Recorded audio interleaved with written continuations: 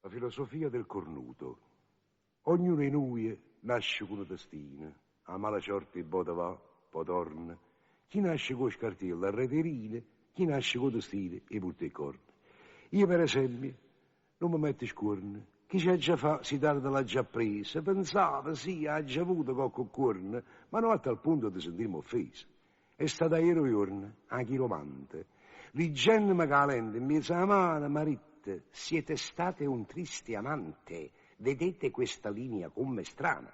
Questa si chiama linea del cuore. Arriva in mezzo al palmo e poi ritorna. Che va già carissimo signore, con questa linea voi tenete i corna. Guardate stato segno fatto a uncina. Sto segno ormai da tutte è risaputo, o porta in mezzo alla mano San Martino, che è o santo produttore ricornuto. Se ne queste parole in tuo cervello comincia a fare mille pensieri. Ma va a casa, faccio una macella, per Dio già fa correre i pompieri. Ma no, chi toffa fa? Una voce interna.